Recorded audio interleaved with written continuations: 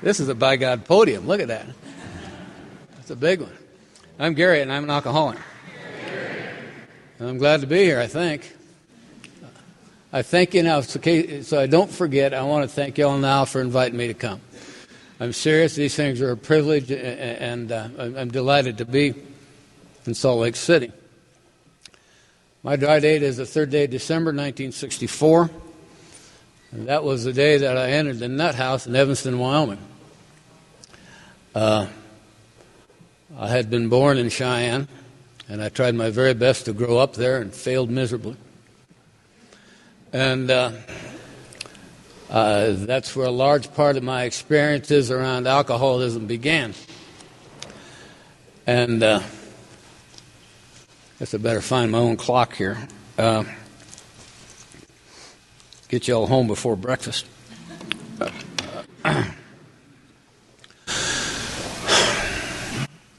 I was born on an experimental farm outside of Cheyenne. They experimented with plants and trees and stuff. I was not an experiment. And the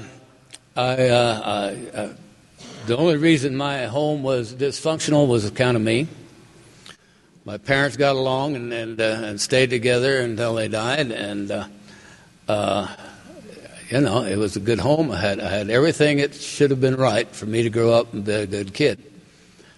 But as a kid in school, as a youngster, as a kid growing up, and I can't give you ages and stuff like that, but nothing was ever quite right. If we had guests in our house, it wasn't my house. It wasn't right. I was a kid in school that did everything I could do to not have any attention drawn to me. Because if I had to go up to the blackboard to do something, I couldn't do it. My knees would knock, and I just couldn't talk, and I couldn't do those things. And it seemed like the older I got, the worse it got. And so the time I reached the junior high years and that sort of thing, I noticed all the other guys could talk to girls, and it looked like a really good idea to me. I would really have liked to have done that, but I just couldn't get the guts together to do it. And so that kind of gives you an idea. I hated school. I hated to be around people I didn't know, and I didn't like a whole lot of people I did know. And so I was a problem from the start. And I hadn't really thought about it until recently, but somewhere in there, I learned about lying. And I think that was really before anybody tried to get me socialized with other people. That's something that came natural to me.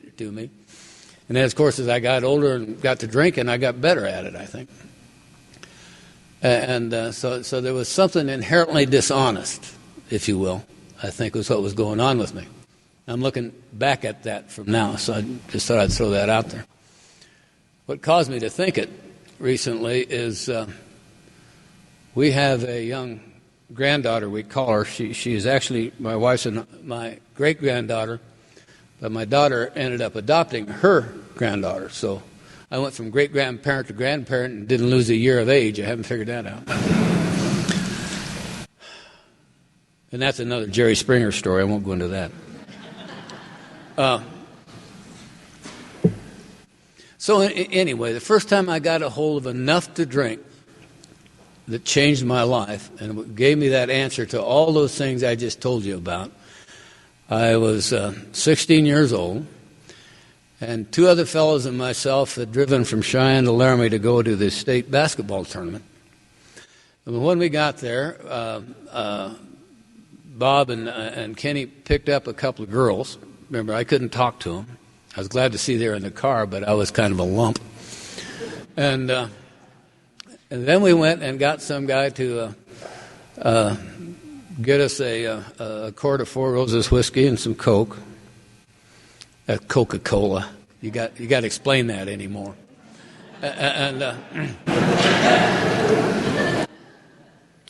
And we took off for the boondocks with the girls in the car and the booze in the car. Looking back on it a few years later, it struck me that we had the girls in the car and the booze in the car and didn't know what to do with either one. You couldn't go to the drugstore and buy the magazines that explained it all like you can now. So that was. But we passed the bottle around, and I did it like I'd watched the Cowboys do it the first time. You know, they pop the top and wipe it off for some damn reason, and take a drink and pass it on. And then it came around again, and I tipped it up, and I kept it there until they took it away from me. And I got a hold of a bunch of whiskey, and it was wonderful. I kid you not, it was the answer I had been looking for 16 years.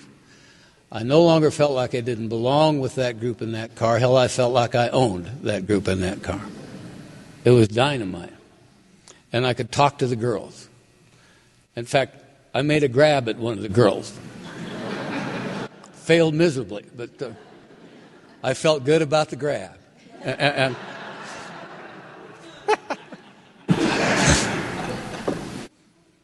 and apparently I was getting out of line, so they took me to the truck stop to get me to drink some coffee to sober me up. Well, we all know that doesn't sober you up, but it woke me up.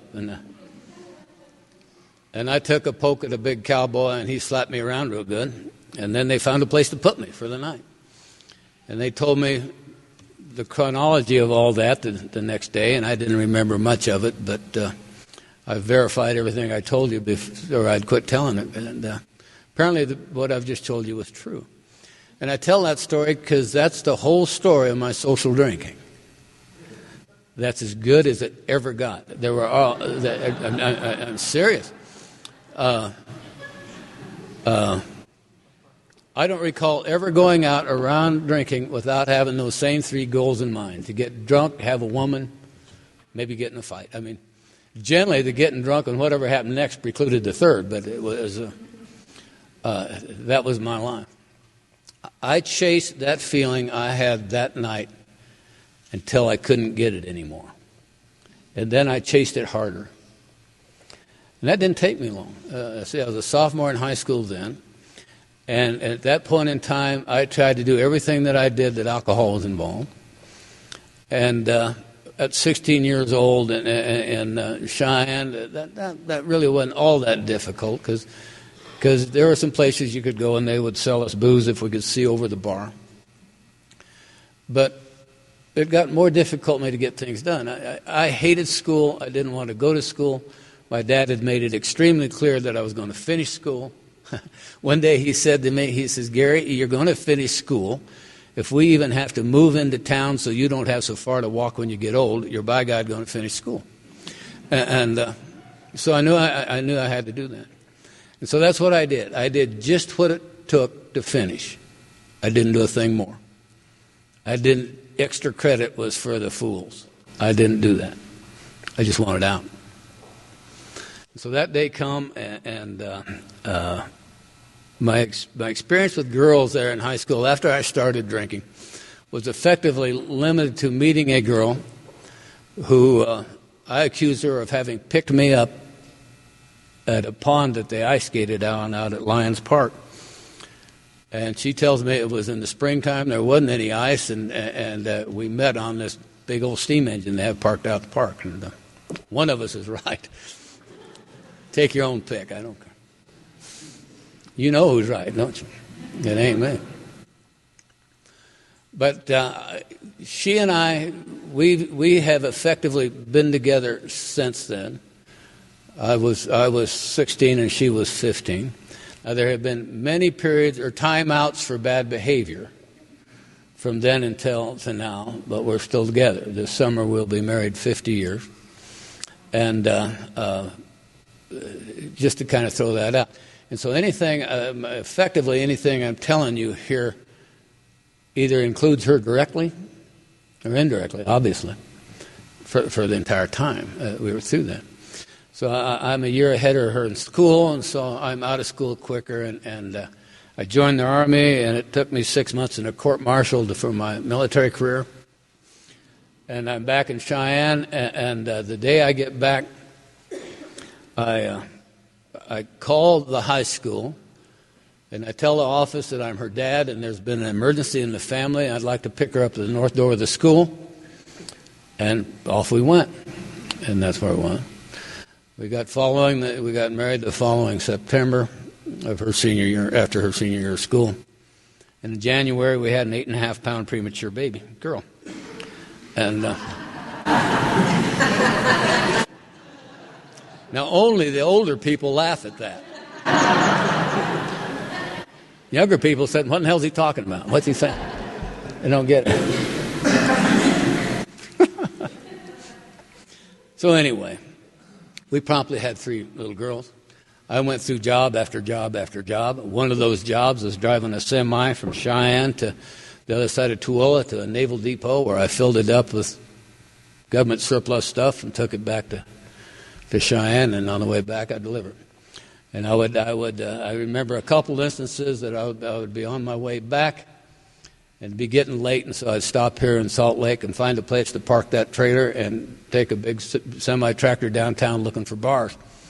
And back in whatever that was, I guess it would have been about 63, 62, I had a little difficulty finding the bars, but I'm a good alcoholic. I found them. And somehow I drank in Salt Lake City and didn't get in a lick of trouble. And I don't understand that. It's one of the few instances of my life that I went in and got as drunk as I could and still could navigate back to where the trailer was. And probably slept in the truck and hooked it up and left in the morning. By the time I was 24 years old, a month before my 25th birthday, I was 6 foot 2 inches tall. I weighed something less than 130 pounds. I was skinny. I was dying. Walked fast. My legs whistled. I was so skinny. And I had been in I had run out of bars. In that process, down in Cheyenne, it doesn't take long. There's not that many bars, but the ones I could go to were getting fewer and fewer. And so I went to a bar I hadn't been to before. And I was in real trouble that morning. I was sick. But I did what I always did. I walk in there, and this was the day of counter checks, and I walked in, and I'd say, give me a check, and they'd say, which bank, and it didn't matter. I didn't have an account in any banks. But I wrote a bad check for $5, and all I ordered was a beer. For what it's worth, those of you that care, that means I got $4.65 back in change after we just ordered beer. So that was a long time ago, wasn't it? What does a beer cost these days? I have no idea. Don't care now I think about it. And it took a while to get it down. Because what I would do normally in the morning is, that wasn't unusual for me to write a bad check to start drinking. But normally I had to get that drink down, and that may take 2 or 3 to get one to stay. And then I'd finally start feeling a little better. The hole in my belly with the wind blowing through it felt like it might die down. And then I'd take another one, and I'd feel a little bit better, maybe 10%. And then I'd go for a while, and I'd get to thinking, one more drink, and I'm going to catch my edge. I'm going to be whoever I want to be, and it's going to work. And I can pick the girls up, and everything's going to be just right.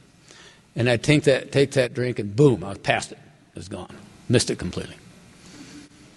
That happened and happened and happened again. And then towards the end, I was having the experience of drinking and drinking and drinking, and nothing was happening. I couldn't get drunk. And that was the most disappointing thing I ever said. Now, we both know that had I been stopped by the cops and they'd have had me blowing a breathalyzer, I'd have been way up there. I was clearly drunk. But nothing changed here. It had stopped completely. And I can't honestly tell you that was the day that that happened the day I took my last drink, but I had done that. I'd written a $5 check at that. Played some liar's poker with some other early risers in the bar. Then I was asked to leave, and so I went back to the bar that I thought they would let me back in. And at that point, I'd won some money so I could go back and buy back some of my bad checks. And I went in there, I bought them back, and they suggested that I leave right after I did that. They didn't even give me time to take a drink. I had been booted out of the house. I had been asked to leave, and I had moved in with the Hamm's beer distributor, which I thought was a remarkable move. But, a couple of days later, he didn't think it was so slick, and he asked me to leave. So I didn't have anywhere to go, and so I called Julie and said I wanted to come in and see the kids. And she said, come on in. And so I thought it had worked. I thought, man, I'm back home. What's going to happen? And when I got in there, her dad was there, and we had that talk. Y'all know about that talk, don't you? We've had lots of those talks. And it was something about the kind of drinking I'd done, and what was I going to do about it, and da-da-da-da-da-da. And I'm just numb. I'm just sitting there kind of nodding my head, not. The only thing they knew to do with alcoholics at that time, in 1964, was to send them to Evanston. Julie's dad had an uncle that had been in there 3 or 4 times. In fact, he died on the way up for the last time. He went into DTs and convulsions and died in the pickup as they were hauling him up there on his last trip. That was after I got sober. And so that was all we knew to do. And would I go up there? And I said to her dad, I says, yeah, if you'll take me. Hell, it's only 400 miles. That didn't seem unreasonable. And he said, well, I'll get you on a bus to go on up there. And so that's what happened. I actually got on that bus. He bought me the ticket. I got on that bus, and all I got off for was to stop in Rock Springs and get a pint to finish the ride. And I got there.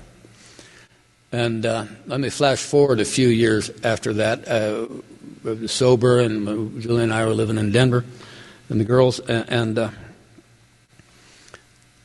Thanksgiving dinner. And her dad says, Gary, do you remember the night that you went to the nut house? I said, yeah, a little bit. And I said, why? He says, I didn't much care which bus you got on, just as long as it was leaving Cheyenne. That was all he wanted. And so, but I got there. And briefly, I was there for 16 weeks. I learned I was an alcoholic there by looking at the old U-shaped Jelinek charts. You remember those? Any of those have been in the jitter joints? They still use them in various stages of alcoholism as you go down it. And at the bottom, there's DTs and convulsions and death and all that. And if you survive the death, there's various stages of what they called recovery stages going up. And I remember checking them off when I went down there, and I thought, I'll be damned. Because I went right down to the bottom. The only difference was I was still breathing in and out. They locked me up in solitary for a while in a room that had a little glass window in the door. And you'd look up there, and every once in a while you'd see somebody's nose smashed up against looking back in at you. And I guess they're looking to see if you're still alive or they need to come clean it up or what. But then they looked me out, and they put me up in an alcoholic ward. And I was by far the youngest person in there. And the best guess looking back on that, back in 1964, I was probably the youngest alcoholic in AA in Wyoming. Not that matters a hell of a lot, but it just kind of gives you a clue where I was with all these older guys.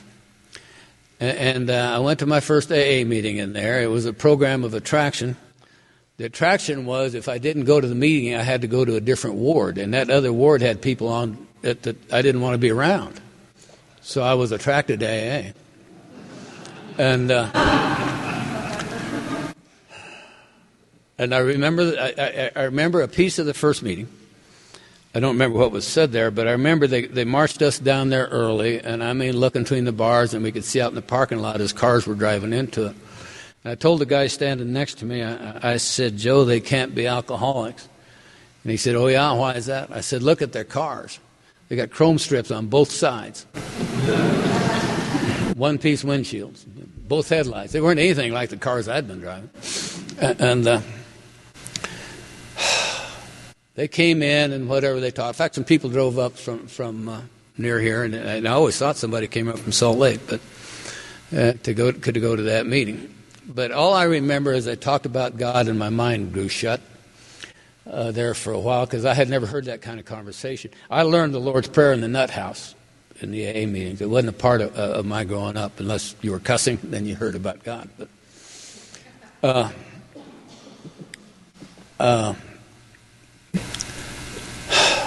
somewhere in there, I got dried out enough that some things started to change.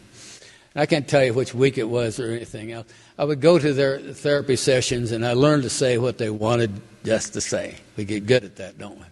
You lock us up behind four walls, and we'll learn to say stuff. We catch right on, and to make it as easy as we can for it. It doesn't matter whether it's true or not, but we'll say it, and that's what I was doing. And but we're sitting down in the canteen, just round tables with maybe 8 chairs around. A few of us are sitting down there talking, drinking coffee one time, and probably telling lies. When the guys there with me are talking about what they're going to do when they get out. Now, I had understood at that point, let me back up just a minute. The doctor's opinion made sense to me in the nut house. If you've not read the doctor's opinion, I suspect you should do it. You'll find out right now you're an alcoholic like I am, and that's a real alcoholic. And the bottom line of that is that I have no way to keep myself from drinking, save being locked up and somewhere in the desert or something like that to maybe keep me from drinking. As much as I don't want to drink, you can't keep me from drinking. I can't keep myself from drinking. I can't do it. And once I start, I can't stop until I get stopped. And I got stopped by running out of money. I got stopped by wrecking the car. I got stopped by smacking a cop. That'll, by God, get you off whiskey in a hurry. I would get stopped before I would stop. I couldn't do anything about it. And I felt horrible about all the promises I made that I'd never do it again. Never take a drink again. And never made it a day. I don't remember that promise ever made it a whole day. It didn't do it. I don't think it made it to noon most days. So anyway, I understood being powerless over alcohol. I had that pretty clear. And I'm sitting down there drinking coffee with these guys, and they're talking about what they're going to do when they get out. And I remember one of them was talking about going back to Fort Bridger and try to get the ranch back. And then another one wanted to get back out in the oil patch and get to making money again. The other one wanted to get his family back or the business back or whatever it was. And I remember sitting there thinking that I'm in a room full of has-beens. And then it struck me that I never was. I had never done anything. And it seemed to be my turn to talk. And when it got around to me, and they were sitting there looking at me, and I said, I don't have a clue what I'm going to do when I get out here. I don't have any idea. All I know is I don't ever want to take another drink. I met the requirements of the third tradition that night, I do believe. Didn't know that, but I think I did. And it's like I heard myself say that.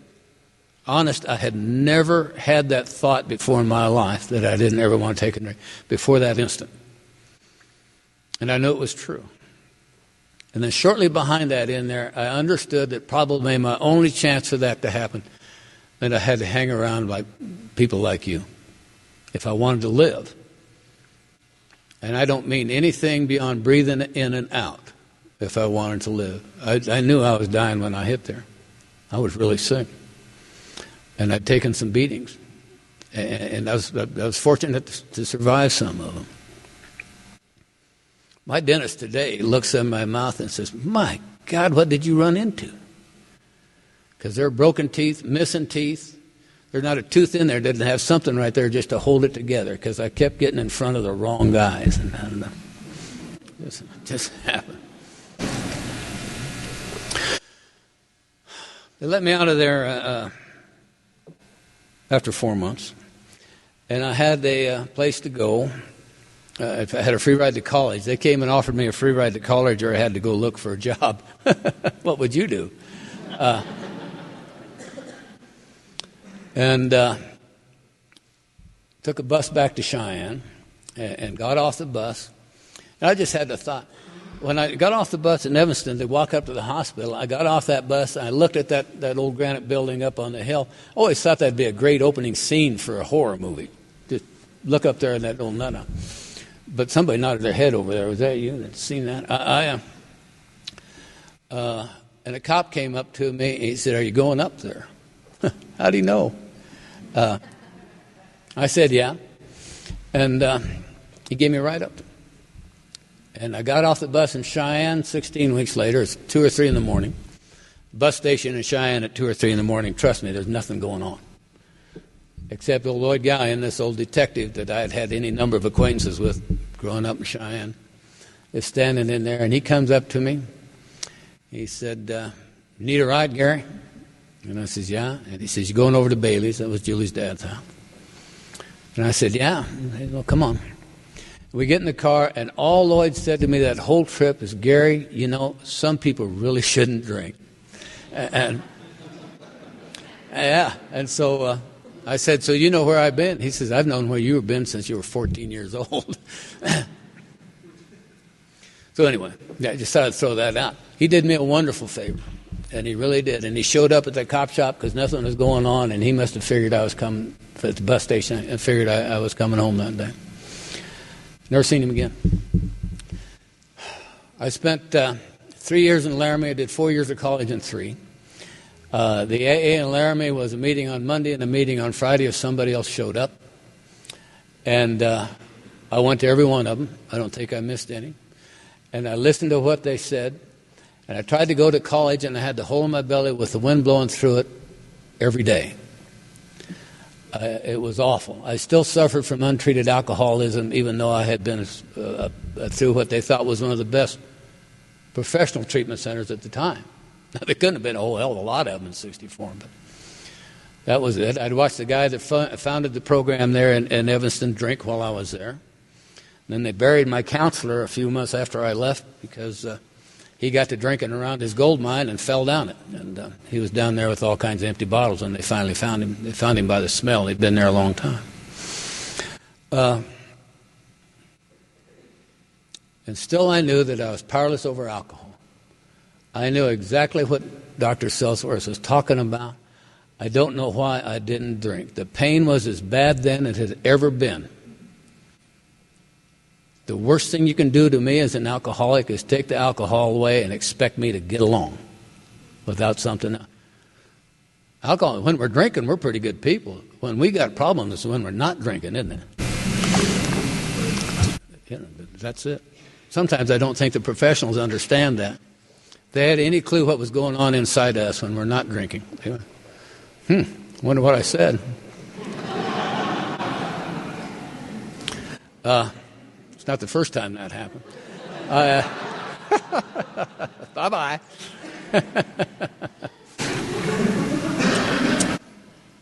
If I can be excused a minute, there's no taper here. Years ago, I was invited to speak at the International Young People's Conference in Houston, Texas.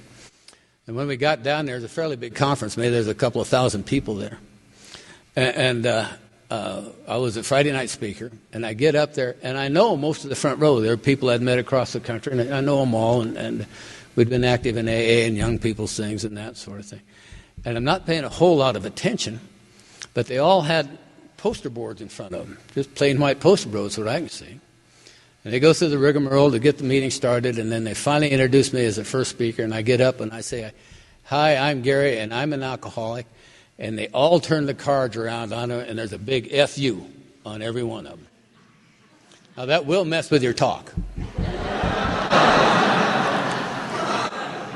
It really will. But that started a routine of pulling tricks on the speakers as a bunch of us went around and were doing this. One day later on, Dick Grant was talking at the Kansas State Convention. And he got up and he introduced himself, and about 75 people got up and walked out. And all Dick said was, "Gee, I wish I'd have thought of that." And anyway, I white-knuckled it through those 4 years. I can tell how it was. I'd go to AA meetings, and two things I remember. Many meetings I went down and made coffee for, and nobody showed up. And so I'd take my books down and I would study.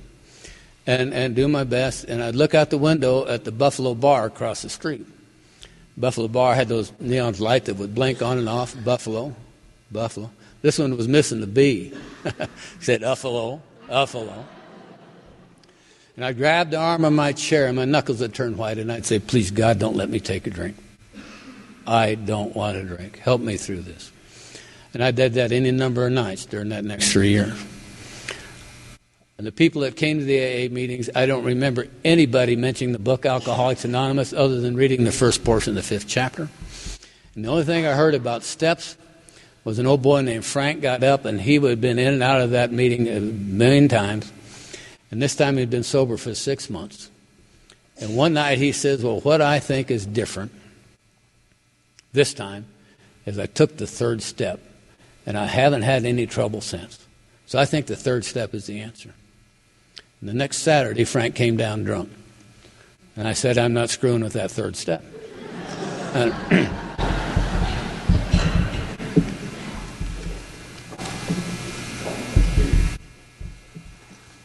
Finished school. I did 4 years of college and 3 because I couldn't stand to be alone. Don't give me a vacation. I worked part-time. I did everything I could do there to stay busy. I got decent grades in school, which really surprised Dad. He says, I thought maybe you were just stupid. And he says, well, maybe you weren't. And I said, no, I think I was just an alcoholic, Dad. There's nothing stupid about me. Might have been better had I been stupid. And took a job with an oil company and ended up in Denver. And I only had a job that lasted, 8-9 hours a day. And I didn't have studying to do. I didn't have classes to do. I didn't have any of those things. And so I started scrambling to AA meetings. And so I'd gone from 2 meetings a week to, 500, I guess. And, just a huge amount of meetings in Denver at that time. And it's even worse now. But they're crowding 2,000, I think. But so I'm going to some meetings. And I ended up at a meeting that... What was going? When I go to these meetings, I'm about the only young guy they're seeing in AA. There weren't many of us around, and people were saying, "Gee, isn't it wonderful that you got a hold of this thing so young, and didn't have to go through all the stuff that we went through." And I had a resentment about that for the longest time, because I got to thinking, what the hell is left for me to do? I've nearly died out there. I can't do this again. I know I can't. With that, but I suspect they meant well, and I've taken the opportunity to educate a few of them when I've had the chance since. But I ran into another guy who wasn't real happy about that, and his wife threw us out of the house one day and said, "You two are miserable. You need to go find another meeting." She said, "Go downtown to the Denver Young People's Group. I heard there's a bunch of young people. Go down and try that."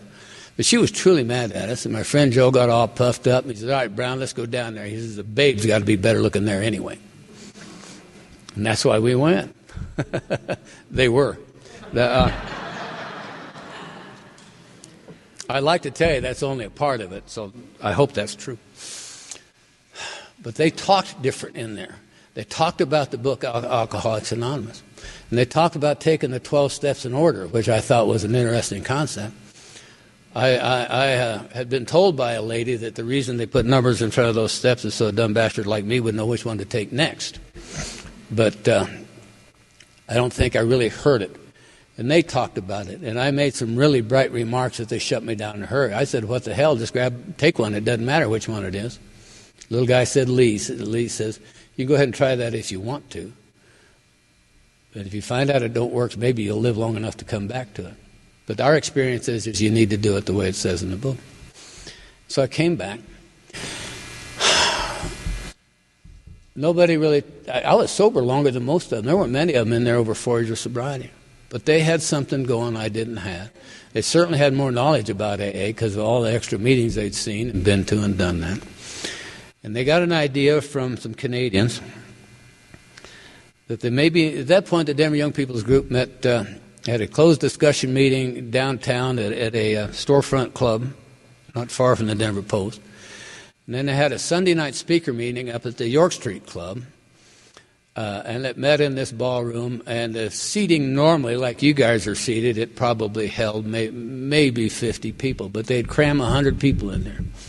And I think you couldn't go in unless you could smoke 2 packs of cigarettes in an hour. And because if you got anything above this level, you couldn't see anything. You get down on your knees, it was pretty clear. But I think people came in there just to see who was going to come in next. And it was nuts, and it was great fun. And we had a wonderful time. And the format was where they were call-up meetings, and you'd have 3 people called up to talk and speak. And it was just crazy. It was just crazy. And the young people stuck together. We didn't really realize at that point that we pretty much had to. Because as we were going to AA meetings in general back in the 60s, we felt really out of place in the AA meetings with the older members. You'd get a crack like they'd spilled more than we drank and all that. I found a 2-word answer for that, and you can figure out what it was on your own. But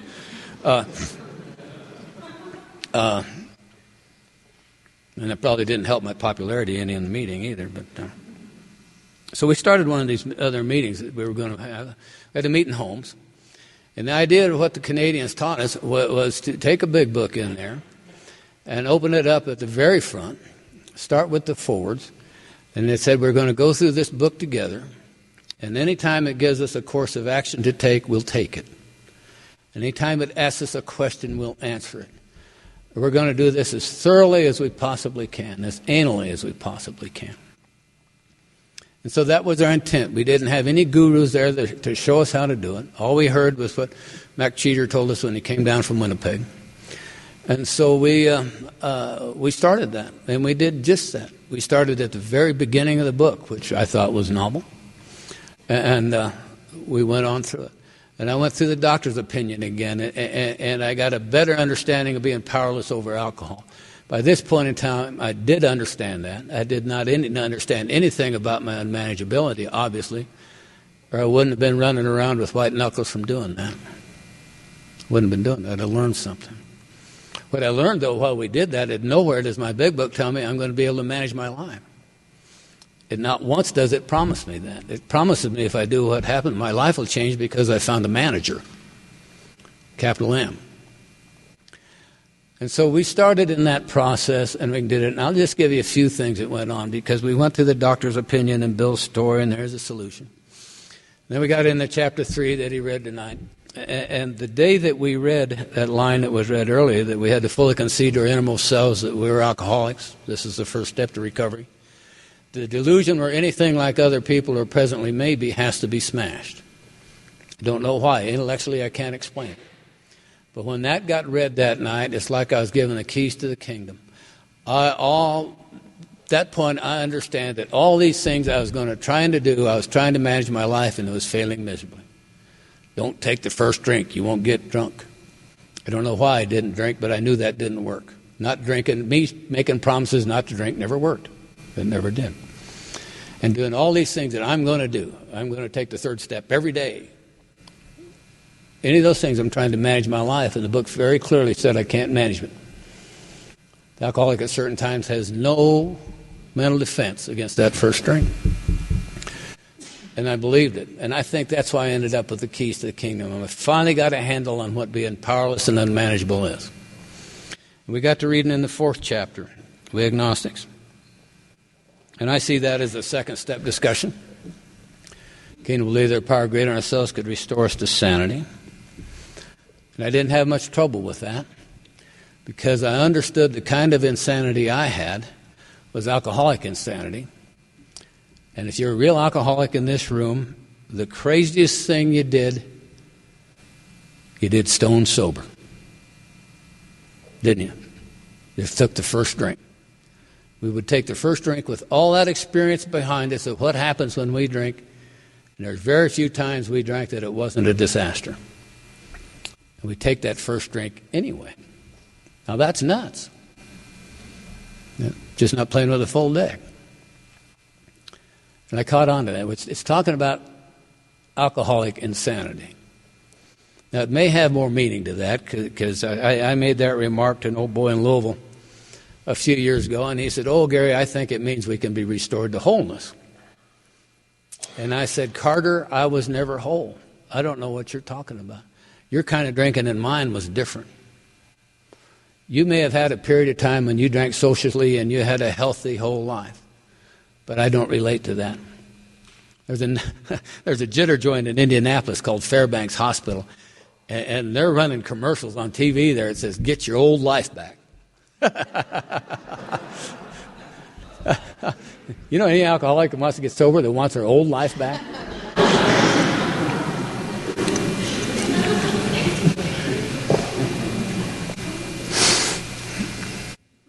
One of the guys named Tom showed up at the young people's group right then. At about this time, and he helped me to see the second step, the concept of it. And Tom told the time when he was 19 years old, he got locked in a psychiatric center in Denver called Mount Airy. Very expensive psychiatric center, and it's still there. I think Mount Airy is a wonderful name for a nut house, don't you? Mount Airy for the airheads. And their treatment program was the aversion treatment. And those of you who aren't familiar with the aversion treatment, it is a medieval thing that still goes on today. And it was done in some hospital setting, and the treatment room in the hospital was just a room, maybe 15, 20 feet square. And the walls were shelved and they were mirrored. There was mirrors and shelves attached to the mirrors, and on the shelves were all the different kinds of liquor you'd ever want. And they'd given Tom some antabuse or something, and take him into the treatment room and sat him in the chair. Out the barber chair in the middle of the room had a stainless steel pot that would swivel away from or in front of who was sitting there. And they gave him the antabuse, and they told him he could have anything he wanted to drink. And of course, he could sit there and look at the mirror and watch himself get violently ill. He could puke all he wanted, watch his toenails curl, his hair fall out, and go all through that. And the whole idea of that is after that was over, you'd be so averse to it, you'd never take another drink. And when he came to us a couple of years later at Young People's, he said it had worked, it really had, that he'd not had reason or excuse to take antabuse since.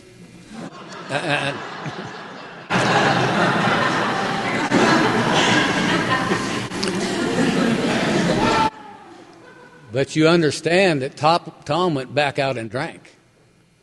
Isn't that nuts? Isn't that the insanity of alcoholism?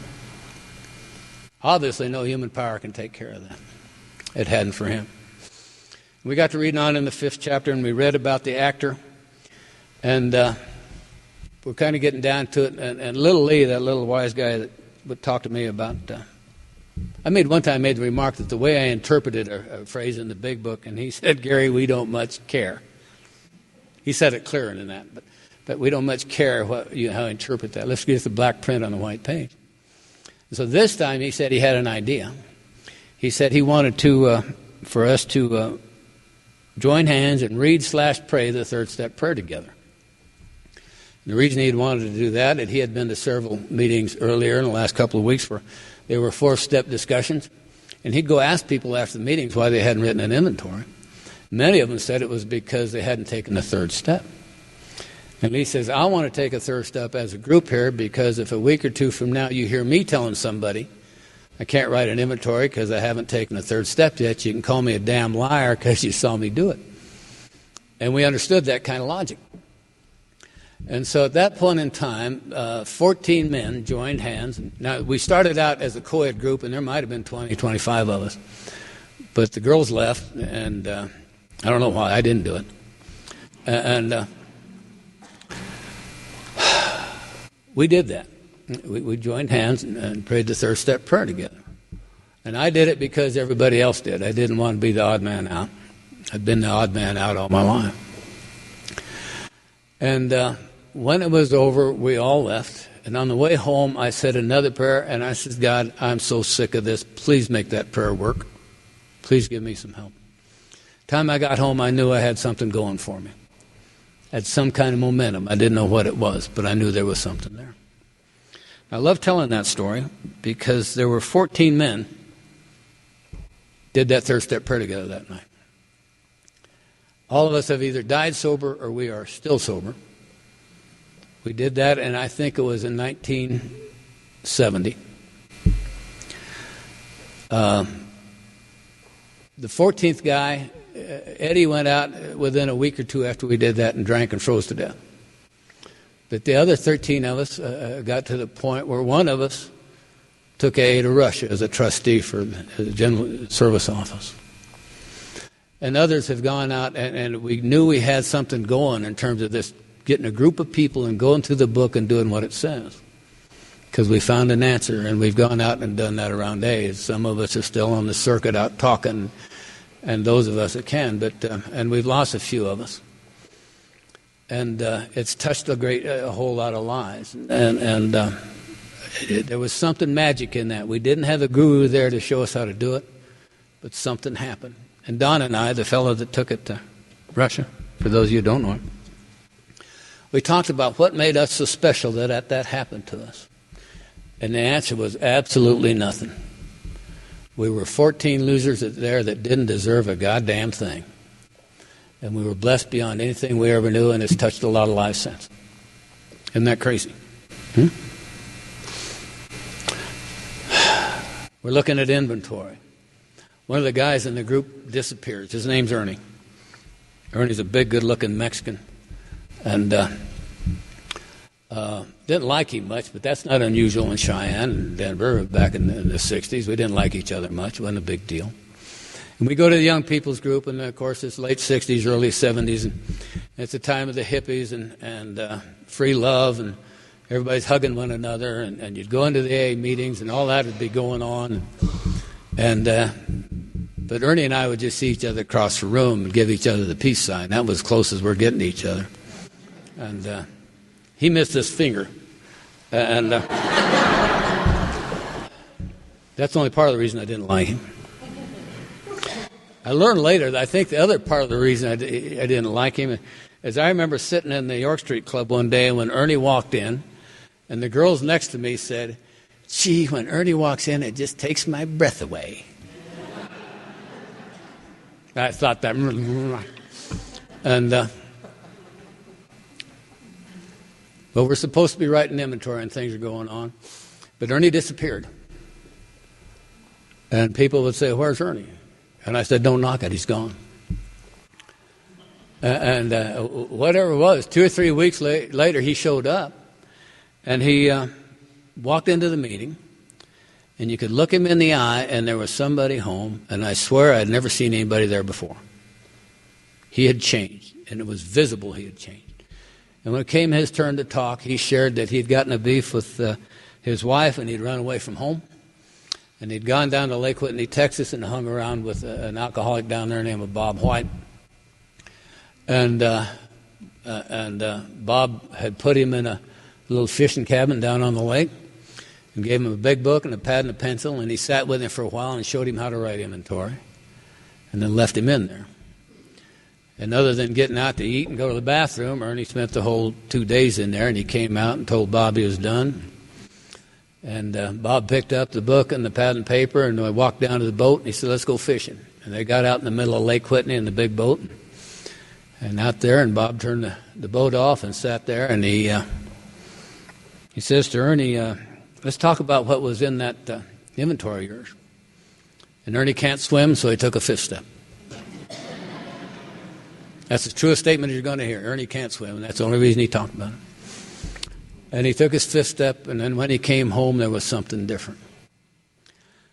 And that night, after that meeting, I went home and got my pad and my pencil, my big book out, and I started writing inventory. I figure I got home from the meeting at about 10 o'clock at night, and all I know it was sun up the next morning, maybe 5 or 6 in the morning, and I stopped writing because I didn't have anything else to write. There wasn't anything else to put down. And I did my very best to follow the big book and the outline it had in there. I didn't really have anybody showing me how to do it at that time. And I wrote, I don't know how many inventories later, I have no idea. Many, many, many.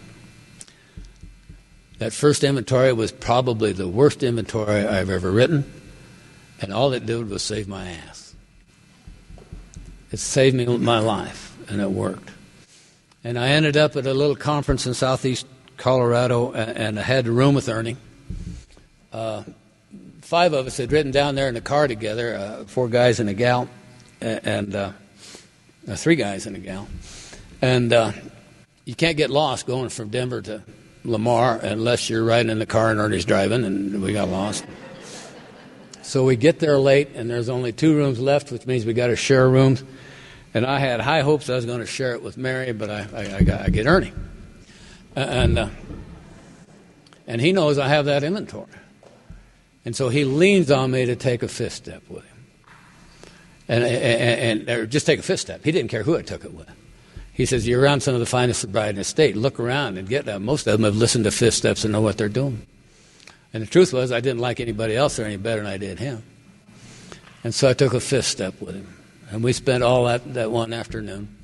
And the following morning, they asked me to be the Sunday morning speaker, and because the real speaker didn't show up. And so I told my story to this point. And a lady came up to me after the meeting, and she said, "Gary, that was a pretty good talk." She said, "I've known you since you came to Denver." And I said, "Yeah, Lynn, I think that's right." She said, "There was something different about your talk." And she started to leave, and she snapped a finger and turned around, and she said, "This time you told the truth, didn't you?"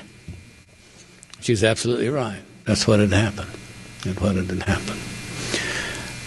The hole in my belly with the wind blowing through it began to grow shut that night. I promise you it did. and it worked pretty well. And I got fired from I was getting fired from jobs as quick sober as I had from drunk. I got fired from that last job I had about a month after I'd taken that fifth step. I tried to explain to them that I've been doing this inventory stuff and working fifth steps and all that, and they said, "That's fine, Gary, but you aren't doing the damn job." And I got recruited into a business I never would have looked for a job. The last thing in the world I wanted to do. I was good at it. And it ended up being a 50% owner business. And things went well. And that group of us that went through the steps together tried everything we could do.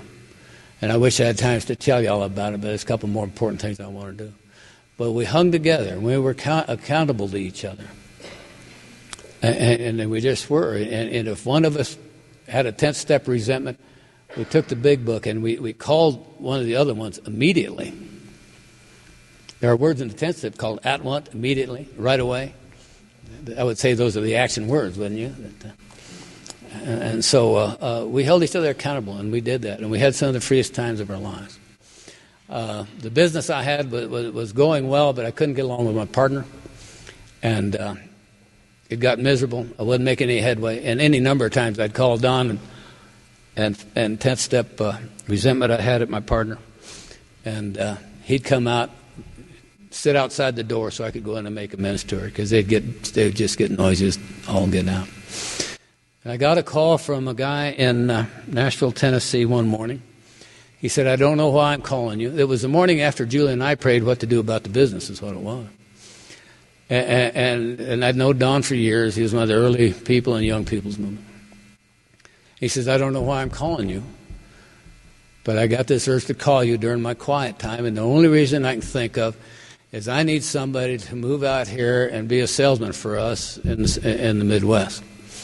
And Julie and I had prayed the night before, and we thought, "Do you think that's an answer to prayer?" And her answer was, "It sure beats hell out of a bolt of lightning." And so we moved to Indianapolis, and I did that. And I went into a town, a Midwestern town that had maybe 50 meetings a week. Most of them were speaker meetings. I'm the new guy in town, and I'll talk. And so I shared my experience of going through the book and the steps with other people. Most of them were speaker meetings. So everywhere I went, I shared that experience. And 3 years later, a redneck in there says, "Gary, I want to start one of those meetings like you guys had." And he says, "It's going to be at my house, and it's going to be 7:30 Thursday. Will you be there?" And I said, "Sure." And so I went through the process. We started with 14 guys and finished with 13. And those guys did it all, and effectively they did the same thing, but they kept it in the Indianapolis area. They went out and got other people and took them through the book and the steps in order. Today you go to the Indianapolis metro area and you can listen to about every meeting in there, and somebody's going to talk about the workshop they're in, going through the big book and the steps. I talked Friday night before I left town, Saturday night before I left town, at a meeting, and there were a lot of people in there that had been through workshops. And I asked them, on any given week, how many workshops do you think are going on in Indianapolis? And they guessed from 20 to 50. It's like, hey, nobody's keeping score, but it's taken off from that. And we found a way to get the 12 steps to people and get their lives to change, and it works. It really works. The only thing is I wasn't paying attention. I was helping people thinking I'm a guru, but I'm chipping on my wife. I'm having trouble making a living.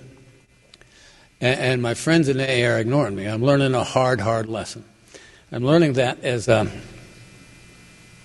AA member trying to live a spiritual life, I can't tell a lie in one part of my life without it affecting my entire life.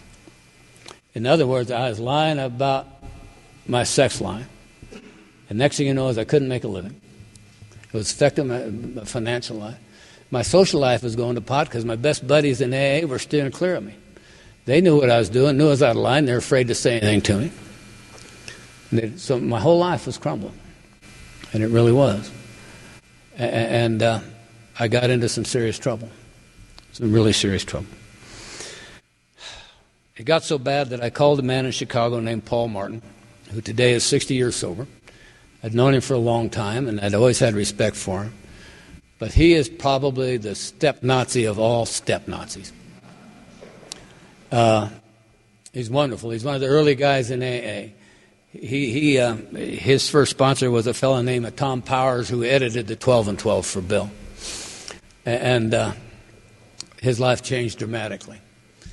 And he has always found that taking the steps work, and they work real well.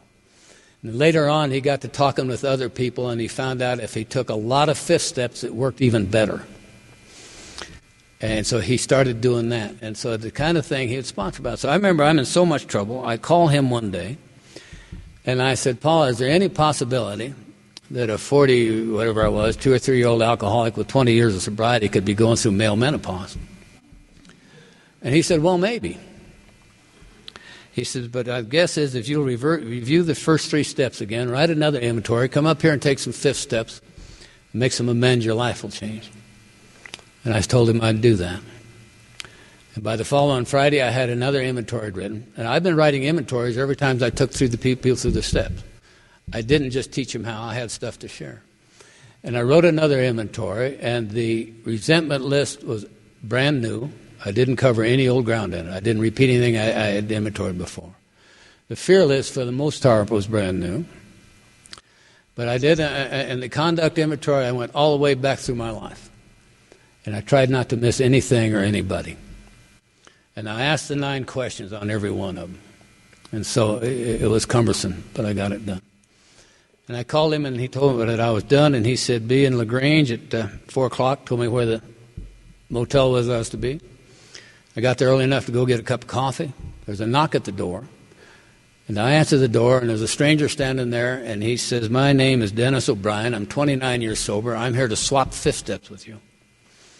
He walks in the door with a 3-ring binder, and he sits down in the only damn chair in the motel room and opens a 3-ring binder and starts reading inventory for me. He tells me, he says, I'm going to go first so you know what to do. And he reads inventory to me. He's like me. He's written lots of inventories, and he's good at it. He can write an inventory and omit the drama to get down to where he was at fault, how it affected his self-esteem, his ambitions, his pocketbooks, his sex life. Where had he been selfish, self-seeking, dishonest, or frightened? And he could just do it. And it didn't take him long. And it was my turn, and I did it. And it didn't take me long for that same reason. And we compared the notes because I'd caught stuff he'd missed, and he caught stuff I'd missed. And he left. I go get a cup of coffee. Get back. There's a knock at the door. The guy says, I'm Chuck. I'm 21 years sober. I'm here to swap fifth steps with you. I'll go first so you know what to do. By noon Sunday, I'd done that 9 times. I'd been invited to lunch with the guys. I think it's over. And at that point, Paul was 38 years sober, or 37. Down to guys 2 or 3 years sober, but who had done the work, had been making amends. They knew what was going on. And so I'm sitting there with these guys talking about this, thinking it's over. And one of them said, Gary, get your pad and pencil out. We'll help you with your amends list. And they had really good memories. And then they said, are there any amends you owe to people that aren't on that inventory? And I said, of course, with that. And we went down through there. And they couldn't believe I had stayed sober with that little of a program. That all I'd done is written lots of fourth and fifth steps, but had never cleaned up any of the wreckage of my past. They just couldn't believe it. How the hell did you do that? Well, the only answer could have been was working with other people like I'd been, or dumb luck. In either case, I'm not going with that anymore. I go home and I sit down with Julie and we go through the amends list. And we owed a great deal of money. We just owed more and more money than you can imagine. I only got time to tell you about a little bit of this. I set up a huge columnar pad to pay them off. And I'd write the check down every payday till there was nothing less but gas money and grocery money, and we broke the payday. And we did it and did it and did it. Julie felt the amends were as much hers as mine. She was with me most of the time when I was out borrowing money from parents or AA members or whoever it was. And so she was all for us taking care of that. So I come down one day after fighting this, and I said, Julie, I'm never going to be able to make enough money to do this. It's never going to happen. I can't do it. I don't see how it's going to happen. And she was a black belt, big book, Al-Anon, and she didn't offer one damn bit of sympathy. And the next morning she said she had an idea. And her idea was that, we'd been in that same house for about 11 years, and I'd had the same jobs for 11 years, which I think was my record tenure at any job. And I had all this 401k retirement money, and we had equity in the house. She said we can sell the house, cash in equity on that, and we could cash in all your retirement. We could pay off all those amends, maybe some current debt, and there'd be enough left that we could buy a used trailer house. And I thought, she can't be serious. My God, she can't be serious. And I knew she was. So I come home from work that night, and I said, let's call Paul and see what he says. I needed an out. And I called him, and I said, Paul, you've known me for 20 years. You've always known I'm crazy. Try this on. Well, we're talking about selling the house and cashing and retiring it, making all those amends, and buying a trailer house to live in. I said, how local does that sound? He said, Gary, I've known you 20 years, and that's the sanest thing I've ever heard you say. He said, was it your idea? And I said, no, it was Julie's, and he said he thought so. And so we listed the house. That call was made in September. The house sold on the 28th of February, the following February, which happened to be Julie's belly button birthday. She was 39 again. And that was the greatest day of our lives. We paid off some bills you wouldn't believe that it wouldn't happen. And I'm just going to tell you about a couple of them because I got about 2 minutes to do it. And one of them was to a guy in AA who had come and saved my life. He liked me. We had met at that Young People's Conference in Houston years before that. And he liked us, and he's still out there in the circuit today. And he stopped by to see us on his way to another conference one day. And I meet him at the airport, and he looks me in the eye, and he said, you look terrible. He was more clear than that. He said, I look like something.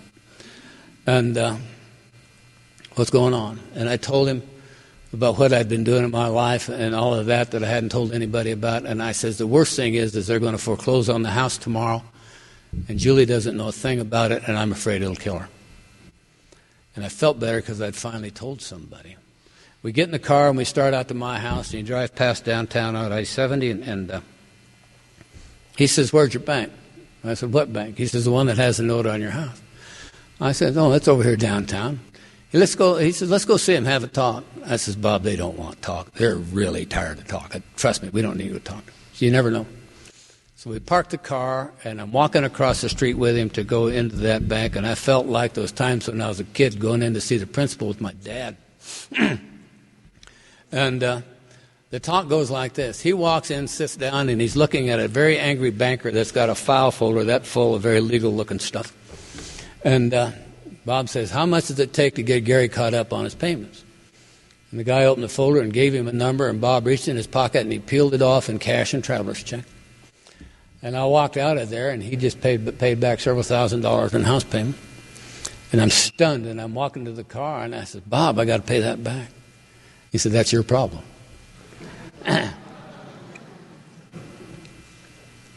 Okay, flash forward several months now.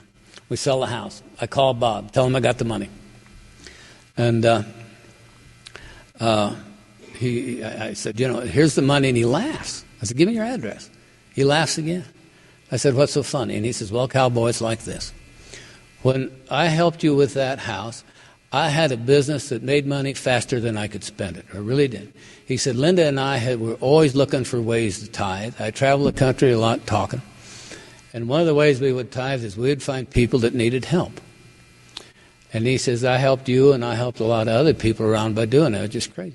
Since then, Congress has changed the laws, and you can't do the investment gains with real estate or cattle or oil wells or whatever it is they used to do. And he says, I got all these apartment houses around the country that aren't making a dime. I got investors after me. I'm living on allowance. It's been awful. He says, I don't tell anybody in AA that other than my sponsor, and I talk to Don every day of the week about it just to make sure I'm telling the truth when what's going on. And he says, the craziest thing is happening. He says, I'll go down to the post office now and get the mail. And every week now for the last few weeks, a couple of days a week, there's been a check in the mail. And this money has started coming back in. He says, honest to God, I haven't asked anybody for a dime of it. And I believed him because I had been a part of that deal. And I've been a part of a very big deal. And I was learning that this AA program is huge. It's a whole lot more than my little self and my little meeting and all these bastards doing everything wrong. It has nothing to do with that. This is a big deal, and it's all about caring for the other guy. And that's the hardest things for us to understand and to find out is that's what it was. We made amends to our parents, and that's a whole other story. We made amends for things we'd done clear back to our childhood. And we moved into the trailer house, and I loved it. You know how you winterize a trailer house? You crawl under it back that far, and you pick up this funny-looking extension cord, and you plug it in. And you're done. You're by God done. And we lived there for, I think it was 4 years. And it was fine, and things started going better for us and all that. And then we bought a house, and now we're on the second house since that one. And our lives have changed, and the grandbabies have grown up, and they're all in their 20s. And one out of the five is in our kind of trouble, only has diabetes too, and the drinking and the crack. And I'm surprised he's lived this long. He's 28. If he makes it to 30, it'll be a miracle. And we got the two little girls. He sired one of them, and somebody else sired the other one, but they're half-sisters, and my daughter adopted them both. And they call us Poppy and Grandmother. I don't know where she got all the class. I'm Poppy. Keep telling her she's had it made for nearly 50 years. AA has been a part of my life. I fell in this deal about the time I hit the young people's group in Denver, and I fell in love with it. And to this day, at 49 or 43 years sober, I love everything I do. I loved being at the prison with Pete yesterday. The greatest meetings you can go to are the ones at the clang in front when you go in and the clang when you leave when you get out. The clang when you're going out's better. Thanks for having me.